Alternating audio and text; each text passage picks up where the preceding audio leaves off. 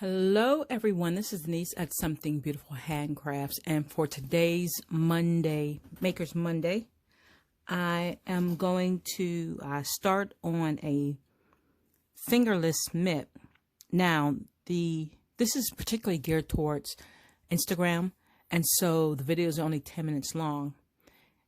Chances are I'm not going to finish this entire mitt in 10 minutes, but if you visit my YouTube channel, at some point I will have the rest of the video uploaded onto my YouTube channel, Something Beautiful Handcrafts. Okay, so to get started right now, I have this set up in a 5x1 mock rib.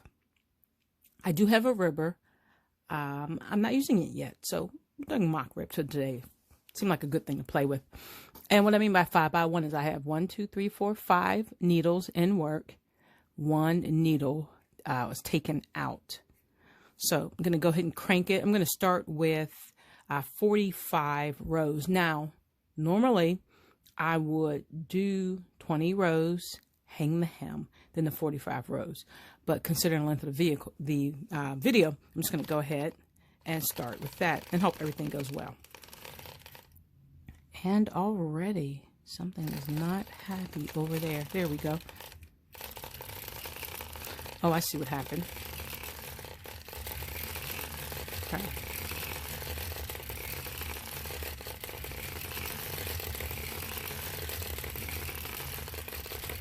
Now, I've been really playing around with the tension, trying to figure out what I like, what the machine likes, you know, making it as comfortable as possible.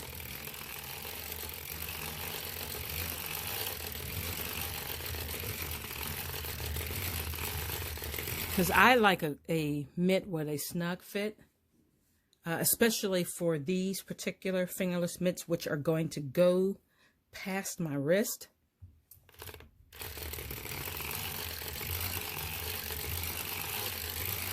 Okay, that's looking pretty good.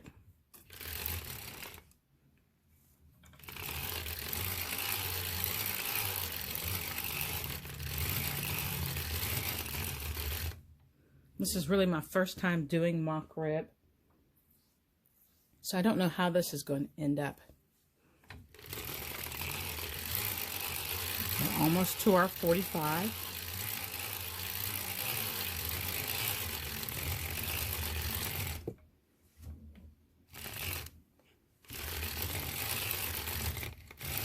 Okay, almost there.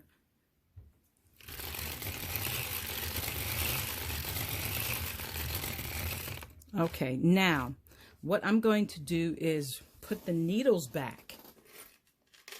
This is where it gets fun. So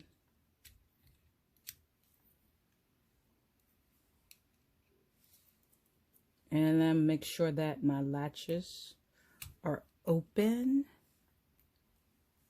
I do not want to get any surprises.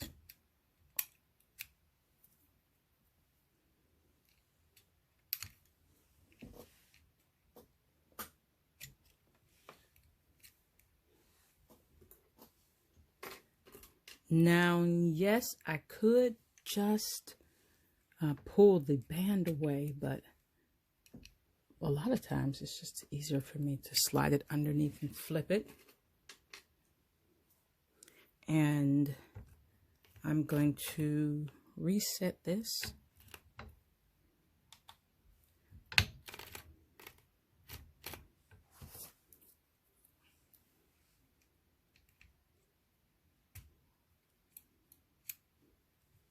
Open that latch.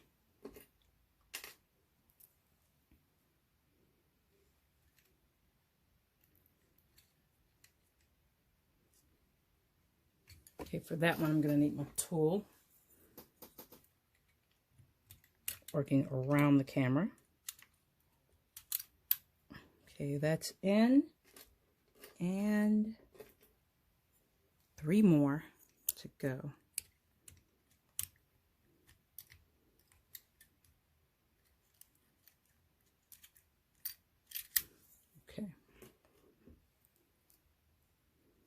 And you know what, actually, well, it would have been easier if I had left them out of work, because then I could see them faster, but I didn't. Okay, so now what I have to do is put the stitch on. I'll fix that one I cranked. I needed to be able to crank to see. That one's going to be unhappy. Ooh. Okay. Let me move my hand so you can see.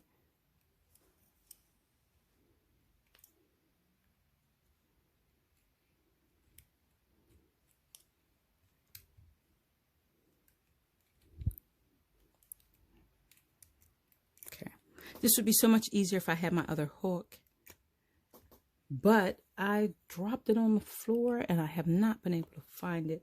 It's probably underneath the spinning wheel. Okay, so this one should have been fixed. So I'm going to go ahead and put that stitch on there, right? Bam, see? Nice and easy. And those two.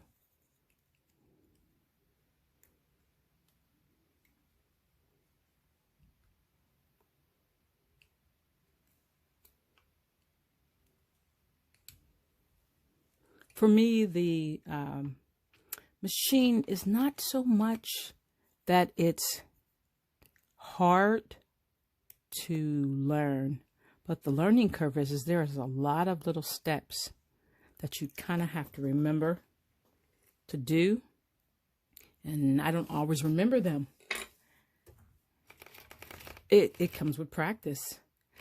When I first started, it was all kind of stuff. I was just like, oh my goodness, well, I forgot to do that. Now it's getting better and better. I don't forget as many things. Okay, I think I'm gonna do, somewhere I have a little piece of paper written down. Okay, now that's about 6 rows. I really should have did 5. So I'm actually going to stop here. And I want to go ahead and put in my thumb hole. So let's see. I'm going to start from here. And what I'm looking at are the marks on the side of my cylinder here. And it's telling me the 3 o'clock position, the 9 o'clock position, the 6 o'clock position over here, where my counter does the first count. So I came past it and should have started there. And this gives me a rough 9 o'clock or 12 o'clock position. So what I'm going to do is lift up enough needles that I'm going to do a wrap and turn. And so as I come past, it's just like I would if I was doing a heel over here, which actually, you know, it doesn't really matter where I do it at. But, you know, if I do it on the other side, you won't be able to see. So let me go back to this. It doesn't actually matter where on the machine I do it, as long as I know relatively where I'm at. So at any rate, as you're doing the turn on the heel, you do the same kind of wrap and turn. You take so many needles out of work. Okay. So you would come past, and you have to make sure you lift enough needles that, I think I want to lift 2 more. You can bring this yarn carrier over here. Then I lift this needle up and I make a return journey. Now, here's the thing. I'm going to come in this direction. Let me make sure. I need to put my heel weight on. See the little things you miss. And I'm running into 9 minutes, so you're not going to see the rest of this. At any rate, I am coming back in the opposite direction. And, see, didn't go far enough. I'm going to go all the way around.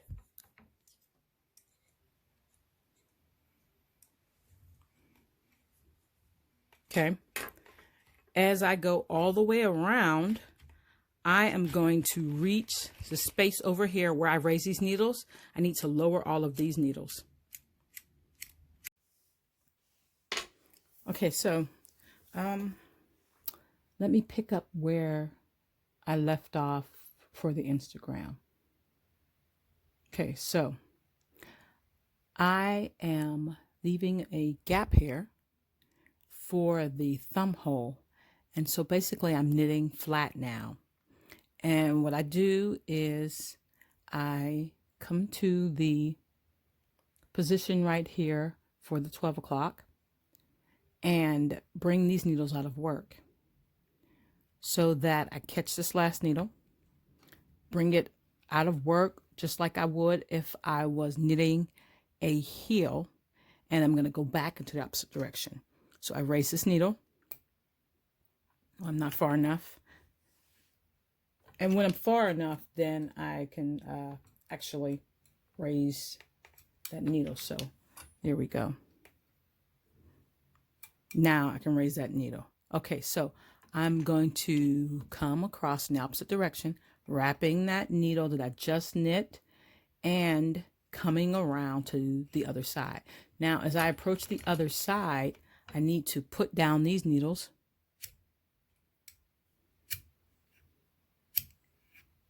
Right? Except for this one I just raised. And I need to raise the needles on this side. And you know, here's the thing. I saw a video, someone was doing this, and it seemed like they stopped at the half mark. But if I don't go past the half mark, I can't get my yarn to catch. So I really have to come past the half mark, which is the same thing I would do if I was knitting on the heel. So just stopping at the half mark isn't enough. Okay, so here I am knitting the other side.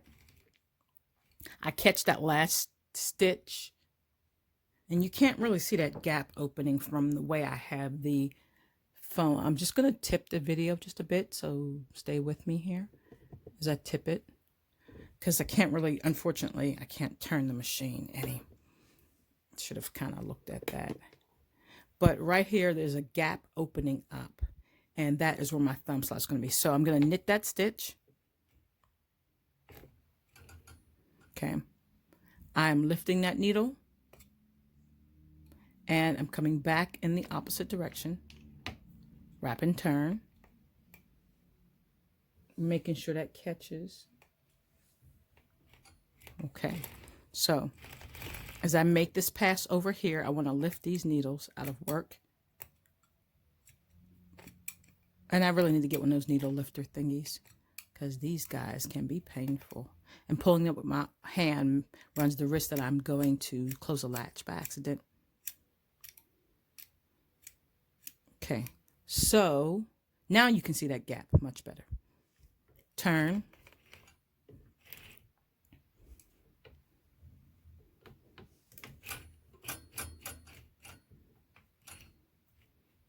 Okay.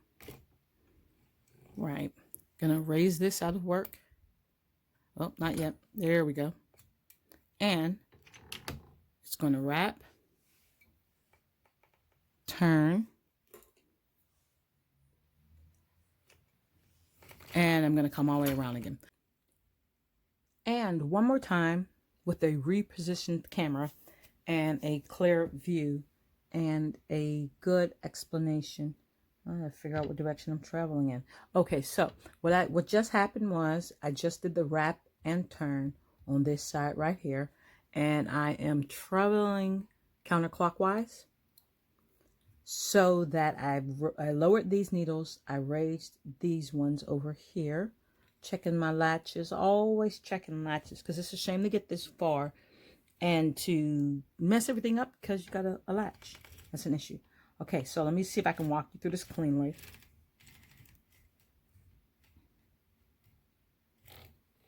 Okay, so stitch is made.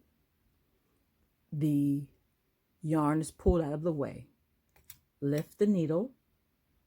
Okay, you turn. Well, technically that's the wrap. And now I'm turning. Okay. I am making sure that that catches, and I am on my clockwise journey at some point before the V-cam gets to the side over here. and I run out of room, I need to go ahead and lower these needles. I want to do it carefully because I don't want to flip any latches up while I'm lowering. I'm verifying it visually, and I'm touching it, and I'm turning, and I need to come back over here, raise the needle on this side before the V-cam gets too far where I can't raise them, which is what happened at the end of the first segment of the video. So I had to make that other little segment piece. I know some people are like really super critical of people's YouTube videos, but first of all, number one, I'm doing this for free. I could charge you for this class. And number two, if you've never tried to make a video, try to make a video. Because first of all, you're talking to people, and a lot of people get nervous talking to people. And then secondly, you're not talking to people, you're talking to a camera. And it is a little weird talking to a camera without live people. And then two, you're doing a work, so your brain is doing one thing, and you're trying with your mouth to explain something totally different. If you're used to crafting like me by yourself, then what happens is you do things and you forget to say them out loud, or you kind of mess up what you're saying, or you mess up what you're doing because you have to concentrate on the speaking or on the action that you're working on. So it takes quite a bit to get these videos done. It's not an easy thing. Okay, so there we go. One of the beauties in it is that I know what I'm doing, and so if I mess up something, like not remembering to turn off my notifications, then I can at least fix it. So that's not so bad. Nope. There we go. And I have to turn this crank a certain ways past what I'm working on, or else the V-shaped cam does not allow me to push the needles down. So while I'm chatting, I have to remember to do that.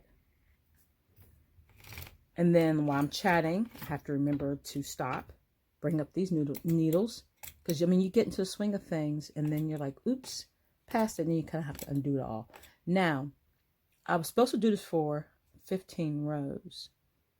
I haven't really been counting. Should have been counting. I think I started at 6. And so 6 plus 15, of course, is 21. So at 21, I know that I will be there. So I'm going to stop, right? Oh, no, we don't want to raise that. And I'm going to go ahead and complete this process off the camera. And then when the hole is ready, I will show you what to do in order to close that. And I will finish off the rest of the mitt.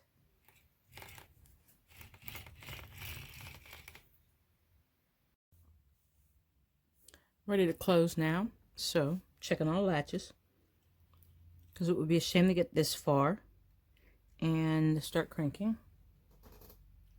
And there's an open latch, which has happened. I've almost been at the end of the sock and the latch has been open. Okay, so here we go. I'm going to go ahead and crank 25. Or actually, I think it was 40 something.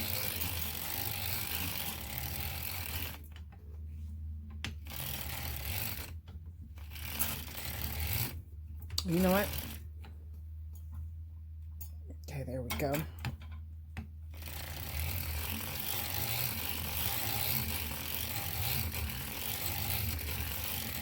Oh, got a spot over there. I don't know why it did that. This is, this particular skein is Wool-like, which is an acrylic nylon blend. And it is kind of misbehaving. It's just something that was in the stash. I figure if I'm going to test out, might as well use that.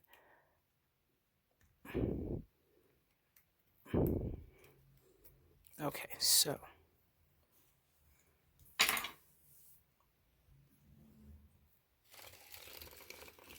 Oh.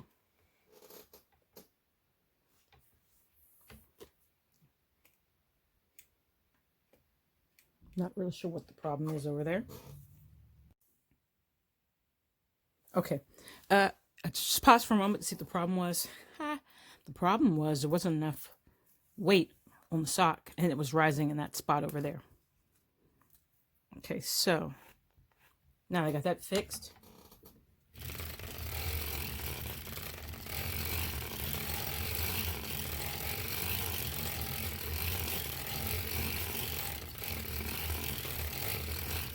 You can see the spot where I changed from weight to no weight now. Of course, that'll all even out in the wash.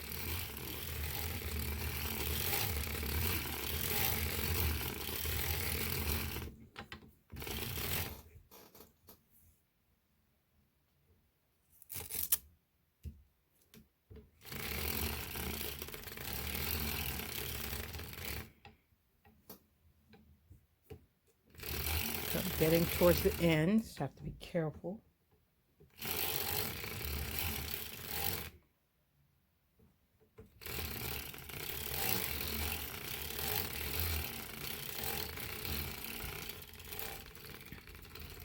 Okay, here comes my tail. I'm just going to lay my tail over here. Bring in the waste yarn.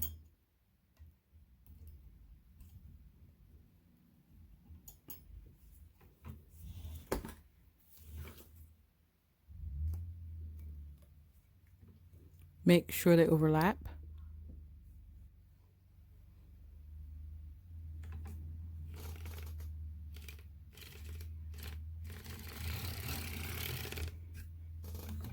Of course, the waste yarn cone is on the ground now. So let's fix that.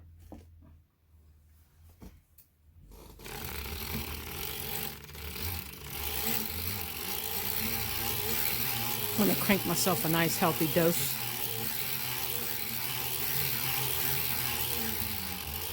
All right, that seems good enough for me. And here we go. Okay, so now it's off.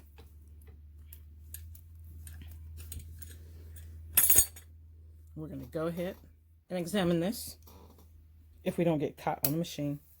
Let me take you over to the table. Because this is a sample, I didn't hang a hem on the bottom or any of the obligatory stuff that you really should do, you know, when you do one. So this is not a process video. It's just a kind of, yeah, I did something sort of video. And it looks terrible because the oil from the machine, it gets on stuff. So it'll come out in the wash. It'll be just fine. But you don't notice this on the other socks I make because they're colored, of course. So you don't see this. So here's our mock rib. Looks very ribby. Just kind of imagine the hung hem here looking very hem-like. Okay, so this is nice. Fits nice. Here's my thumb hole. I did 14. I think I did 15 last time. Works fine. Okay, here's my top. And what I would do with this edge, you know, I have several considerations about the edge. I could just put it on needles and knit an edge. I could crochet a lace edge. I could get really fancy. I just could attach lace to it. I could just fold it under. I could have done a mock hem on it, or a mock rib on this part right here, and bound it off. I haven't decided yet, but this is just the preliminary. And so when I actually decide how this is going to work up, I will do an actual full tutorial on it. I think for me, I want this to kind of look a little feminine and lacy. I haven't decided yet. Okay, I'll let you know. Thanks for watching this Monday make. It was supposed to be brief, kind of turned into something a little longer if you're watching it on YouTube. Thanks a lot. Have a great day.